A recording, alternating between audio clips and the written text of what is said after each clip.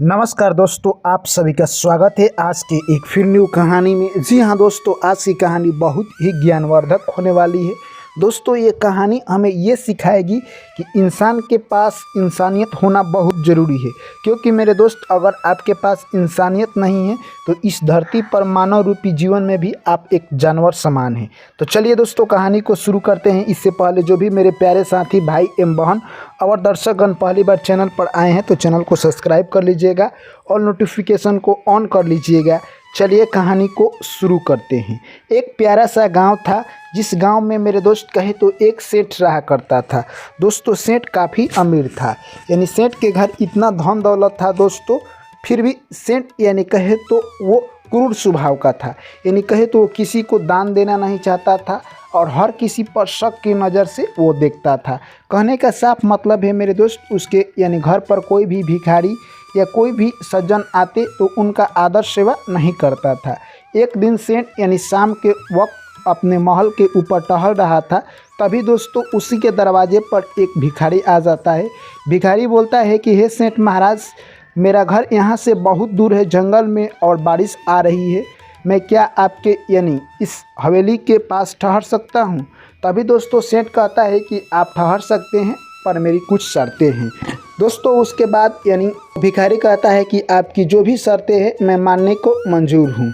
तभी दोस्तों सेठ कहता है कि आप कहाँ ठहरेंगे? वो भिखारी बोलता है कि आपके जो घोड़ा बांधे हैं उसी में मैं ठहर जाऊँगा, इस महल में मुझे कोई ज़रूरत नहीं है। तभी दोस्तों सेठ कहता है कि नहीं, उस घोड़ा में अगर आप ठहरिएगा तो आपके लिए एक मुझे मंत्री रखना पड़ेगा, क्योंकि आप रात को कुछ सामान लेकर यहाँ से ना भाग जाएं, इसके लिए मुझे एक मंत्री रखने की सख्त ज़रूरत है। दोस्तों उसके बाद यानी जैसे ही यानी गरीब यानी कहे तो भिखारी ने इस बात को सुना, अपना सामान और मोटी मूड़ी पर रखता है और वहाँ से दोस्तों कहे तो वो आगे के लिए प्रस्थान कर देता है। दोस्तों वो जैसे ही आगे बढ़ रहा था बिजली और कड़कने लगी और तेज़ बारिश होने लगी और काली काली बादलें और काली काली रातें दोस्तों उसको और डराने लगी। दोस्तों इन सारे डर को छोड़ यानी सेठ की वो बात उसको दिल में बैठ गई थी। अब वो आगे बढ़ता ही जा रहा था। धीरे धीरे दोस्तों वो अपने घर को पहुंच जाता है। ऐसे ही दोस्तों धीरे धीरे समय बीतता गया। एक दिन की बात है, यानी सेठ अपने दोस्तों के साथ जंगल में शिकार करने के लिए गया। दोस्तों कुछ देरी के बाद उसके दोस्त से यानी कहे तो सेठ अपने दोस्त से बिछड़ जाता है। एक हिरन की तलाश में वो जंगल में काफ़ी अंदर तक चला जाता है। तभी दोस्तों यानी कहे तो बिजली कड़कने लगती है और तेज़ बारिश होने लगती है, जिससे दोस्तों घोड़ा काफ़ी थक चुका था। घोड़ा भी सेठ का कहे तो शांत छोड़ देता है और वो भी घोड़ा यानी सेठ से काफ़ी दूर भाग जाता है। अब दोस्तों सेठ अकेले हो चुका था। अब वो डरने लगा कि इस जंगल से मैं कैसे बाहर जाऊंगा। दोस्तों वो डर ही रहा था, तभी काले काले बादल छाने लगते हैं और तभी देखता है कि सामने से एक लड़का आ रहा था।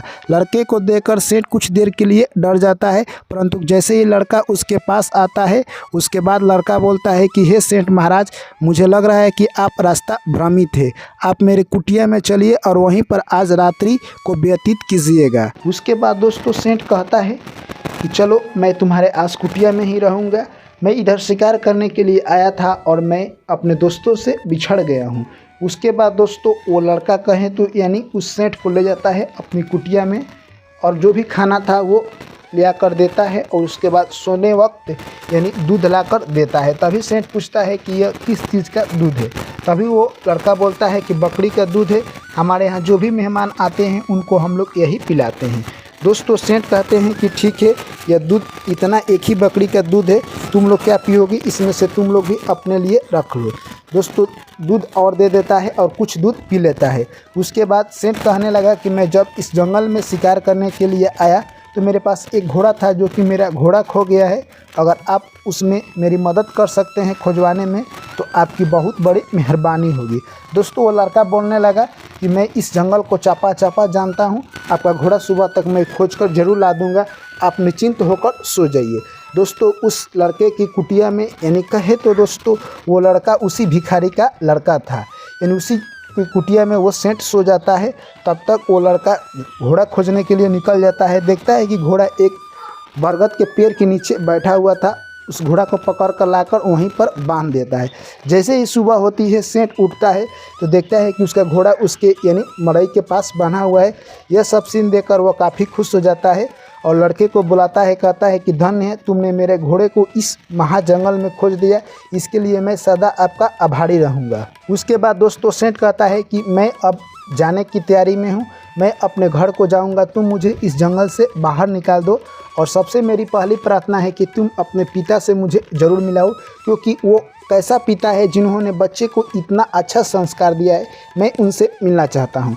दोस्तों वो लड़का जाता है और अपने पिता से सारी बात बता देता है। यानी दोस्तों वही गरीब यानी कहे तो भिखारी था। फिर भी वो भिखारी कहता है कि जाकर उस सेंट से बोल दो कि मैं उनसे मिलना नहीं चाहता हूँ, क्योंकि वो मुझसे ना मिले तो उनके लिए काफ़ी बेहतर होगा। दोस्तों फिर भी सेंट जिद करने लगता है कि नहीं, मैं उनसे मिलकर ही जाऊंगा, क्योंकि मुझे उन्होंने इतना सारा सत्कार किया है, मैं उनका दर्शन किए बिना अपने घर नहीं लौटूंगा। दोस्तों सेंट के जिद करने पर यानी वो भिखारी आता है। जैसे ही उस भिखारी को यानी सेंट देखता है वो चौंक जाता है और मन में उसे याद आ जाता है कि आज से 1 माह पहले यह भिखारी हमारे द्वार पर आया था और इनको रहने के लिए मैंने शरण नहीं दिया। आज इनके घर में आया हूँ, इन्होंने शरण भी दिया, खाना भी खिलाया और मेरा भूला हुआ घोड़ा को वापस भी दिलाया। ये महान है। दोस्तों सेंट देखकर अपने आप में शर्मिंदगी महसूस करने लगता है। तभी भिखारी बोलता है कि हे सेंट, आपको शर्मिंदगी महसूस करने की कोई ज़रूरत नहीं है, जो आपको उचित लगा वो हमारे साथ किए और जो हमको उचित लगा आपके साथ हमने किया। आप मुझे माफ़ करना अगर हमारी यहाँ से कुछ त्रुटि हो गई हो। तभी दोस्तों यानी सेंट उस भिखारी के चरणों में गिर जाता है और कहता है कि आपके उच्च सोच के लिए मैं कोटि कोटि आपको प्रणाम करता हूँ, आप मुझे क्षमा कर दीजिए। दोस्तों यह सब सेंट कहते हुए रोने लगता है। तभी भिखारी सेंट को उठाता है और गले से लगा लेता है। दोस्तों उसके बाद सेंट और उस भिखारी के बीच कुछ बात होती है। उसके बाद उसका लड़का यानी कहे तो सेंट को उस जंगल से बाहर निकाल देता है। दोस्तों उसके बाद सेंट अपने घर आ जाता है और सारी बात अपनी पत्नी को बता देता है। ठीक दोस्तों उसके 1 दिन बाद उसके घर पर एक भिखारी आता है, जिसको सेंट खाना खिलाता है, वस्त्र देता है और बहुत सारे धन दौलत देकर उसको खुशी खुशी विदा करता है। यानी कहे तो दोस्तों सेंट यानी मानव के रूप में एक जानवर था। उसके बाद उसके पास बहुत सारा धन दौलत संपत्ति था, फिर भी वो दानव की तरह लोगों के साथ बिहेव करता था। जब से वो यानी गरीब भिखारी से मिला तब से उसका सोच बदल गया दोस्तों। अब वो मानव के प्रति प्रेम और प्यार करने लगा, जिससे उसका जीवन और सादगी हो गया और अपने जीवन में बहुत ऊंचाई तक पहुंच गया। तो दोस्तों ये कहानी हमें यही सिखाती है कि आपके पास कितना धन दौलत है, संपत्ति है, ये मायने नहीं रखता है। आप इंसान के साथ कैसा व्यवहार करते हैं ये आपके लिए सबसे बड़ा उचित यानी कहे तो विचार है। तो चलिए दोस्तों इस कहानी पर आपकी क्या राय है, अपनी राय कमेंट करके हमें ज़रूर बताइए, क्योंकि दोस्तों आपके कमेंट का हमें बेसब्री से इंतज़ार रहता है। जब भी आप लोग कमेंट करते हैं तो हमें बहुत अच्छा लगता है।